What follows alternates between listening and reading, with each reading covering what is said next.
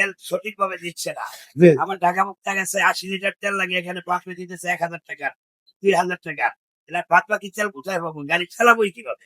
আমরা অনেকেই বলি যে গাড়ির ভাড়া বেশি নিচ্ছে। আমার মনে হয় গাড়ির ভাড়া বেশি নেওয়া হয় না, কেননা একটা গাড়ি যদি পুরোটা গাড়ি দেখেন খালি, এই যে পুরোটা গাড়ি ঢাকা যাচ্ছে, 2 থেকে 3 থেকে 4 জন যাত্রী নিয়ে ঢাকা যাচ্ছে।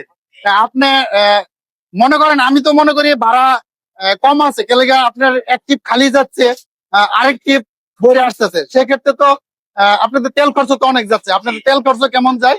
আমাদের মুক্তাগাছা থেকে ঢাকা মুক্তাগাছা 80 লিটার তেল খরচ হয়। 80 লিটার ঢাকা মুক্তাগাছা জি। ভাড়া হলো আপনার 305 টাকা। জি। এটা আমাদের গভর্নমেন্ট চার্জের ভাড়া 305 টাকা।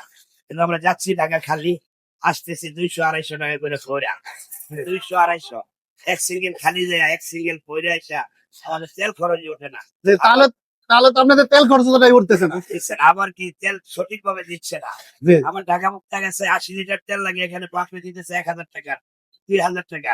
এটা বাদ বাকি তেল কোথায় পাবো? গাড়ি চালাবোই কিভাবে? হ্যাঁ। এক সিঙ্গেল খালি নিয়ে যেতেছি, এই যে যাত্রী নাই, গাড়ি হ্যাঁ, ফাঁকা। পুরো যাত্রী পুরোটাই দেখা যাচ্ছে খালি। পুরো গাড়ি ফাঁকা, 4টা না 5টা যাত্রী। হ্যাঁ। আমি এখন মহাখালী থেকে মুক্তাসের উদ্দেশ্যে রওনা দিব। 305 টাকা হলো আমাদের চারের ভাড়া। হ্যাঁ। দেখা গেছে এখন 305 টাকা আমরা পাচ্ছি না। হ্যাঁ। তাহলে আমরা গাড়ি কিভাবে চালাবো? আবার তেল পাচ্ছি না। হ্যাঁ, তাহলে তো তেল না হলে তো অনেকেই বলতেছে যে সরকার থেকে বলতেছে যে তেল সংকট নাই, কিন্তু আপনারা তো পাম্পে সংকট পাচ্ছেন। হ্যাঁ, তেল সংকট নাই, কিন্তু আমরা পাম্পে 1000-3000 টাকার বেশি দিতেছে না। তারপরেও আবার দেখা গেছে লিটার প্রতি 10 টাকা 5 টাকা বাড়তি চাচ্ছে, তাহলে 2000-3000 টাকা দিতেছে। তাহলে আপনাদের কি চাওয়া? আপনাদের চাওয়াটা? আমাদের চাওয়া একটাই যে আমরা স্বাভাবিকভাবে তেলটা যেন আমরা সঠিকভাবে পাই। তাহলে আপনাদের ভাড়া বেশির কোনো প্রয়োজন নাই। না, আমাদের আপনাদের নরমালি তেল পাওয়া, মানে আপনাদের যাতায়াত যে কন্টিনিউ করতে পারে তেল নিয়ে, সেটা পেলে আপনাদের যথেষ্ট। জি, আমাদের এটাই হলো সবচেয়ে ধন্য। তাহলে আমরা যে বলি ভাড়া বেশি, এই জন্য ভাড়া তো কিন্তু বেশি না। আমি মনে করি যে একটা গাড়ি যদি খালি যায়, তো সেক্ষেত্রে তো ওনাদেরও তো পোষাইতে হবে। জি, জি। তাহলে ওনাদের তো অন্তপক্ষে ডাবল ভাড়া নিচ্ছে না, মোটামুটি নর্মাল ভাড়া দিয়ে ওনারা করতেছে। জি।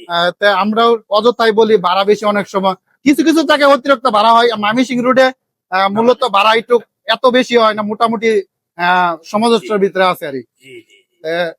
এই হলো পরিস্থিতি রাস্তার। রাস্তাও জ্যামজট প্রচুর, এবং পাম্পে থেকেও বলে তেল দিচ্ছে না। তাহলে সেক্ষেত্রে তো সব দিক থেকে বিবেচনা করতে হবে আমাদের।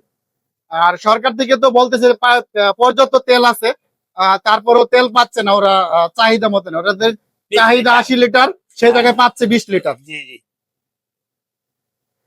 তাহলে ঠিক আছে, ভালো থাকবেন। জি। ভালো।